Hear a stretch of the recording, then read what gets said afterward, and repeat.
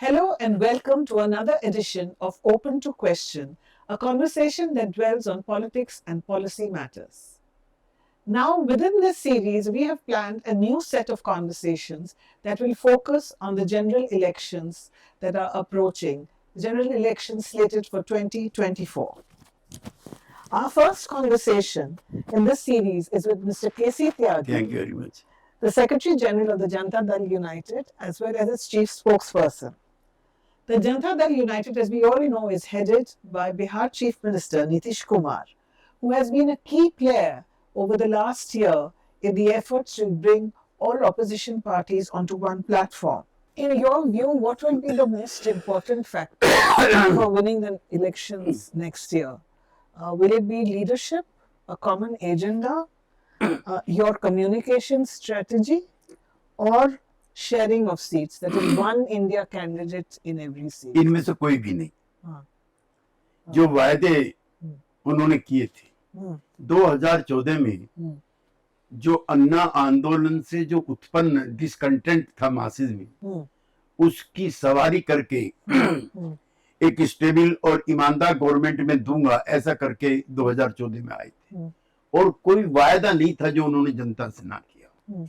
Border मजबूत करूंगा, अर्थव्यवस्था मजबूत करूंगा, रुपया इतना चला गया है, जो एक नेशनल सोवनिज्म जिसको बोलते हैं वो उसने क्रिएट किया था। और उसके पीछे उसकी गोदरा की छवि भी थी। That is the icon of the Hindutva. तो देश की बड़ी जनता को लगा कि भी एक मौका इसको देना चाहिए, जो काम अटल अडवाणी नहीं कर पाए, उनको बहुमत दिया।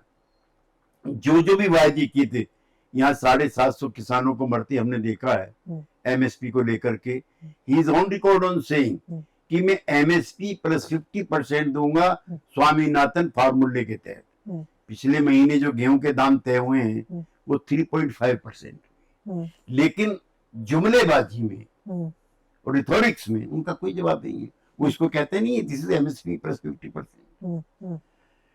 उन 2019 में जो बालकोट हुआ था, उससे इंडियन मासी जो नेशनलिस्ट जिसका स्वभाव है सीमाओं की रक्षाओं के लिए, कांग्रेस पार्टी से एक बड़ी नाराजगी 62 के डिबेकल को लेकर के थी। इंदिरा गांधी अपने पॉपुलरिटी के पीक पर थी बट पोस्ट 1971। तो जो हर नेशन का होता है, और हम भी कॉलोनिज्म से बाहर जिस तरह से आए हैं, गांधी जी के नेतृत्व में तो पूरे देश में एक वो रहता है इस तरह का सीमाओं की सुरक्षाओं के लिए। तो बालकोट के बाद फिर जनता ने कोई चीज पे बहस नहीं की। आज महंगाई अब तक के पीक पर है।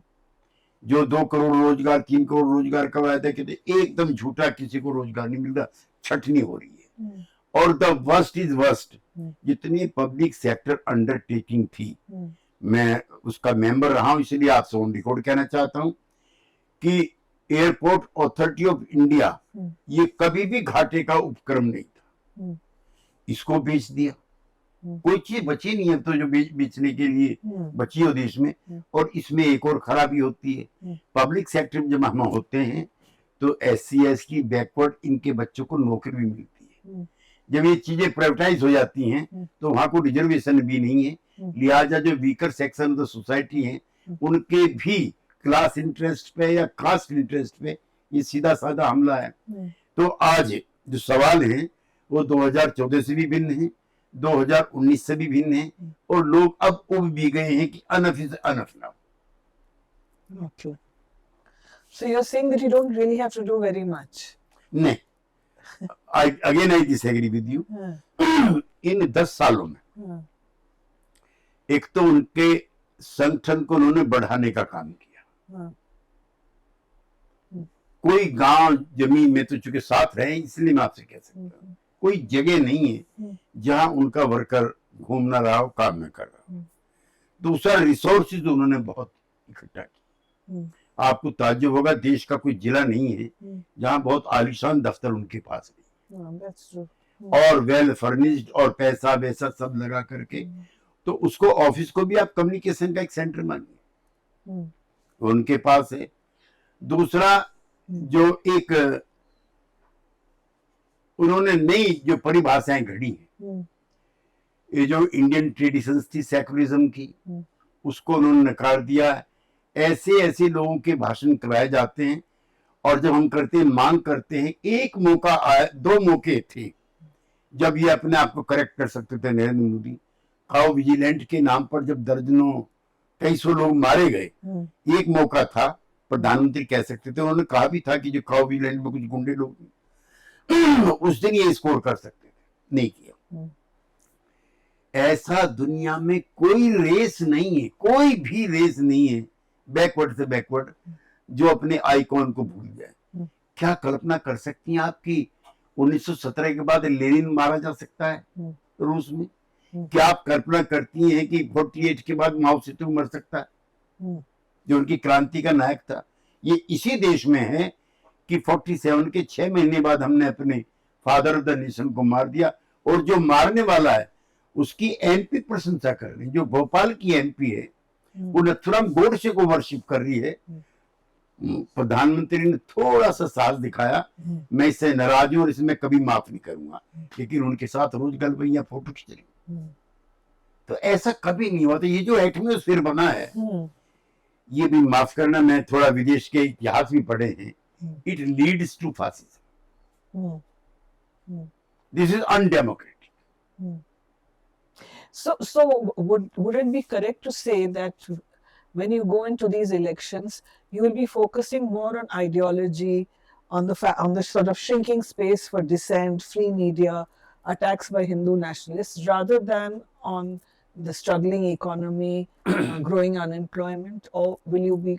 मेरा अभी मानना है कि जो कोर इश्यूज हैं वो इकोनॉमिक होने चाहिए और सोशल जस्टिस। जातिगत जनगणना ये एक बड़ा सवाल बनना चाहिए, ताकि आप 75 साल अमृतकाल मना रहे हैं।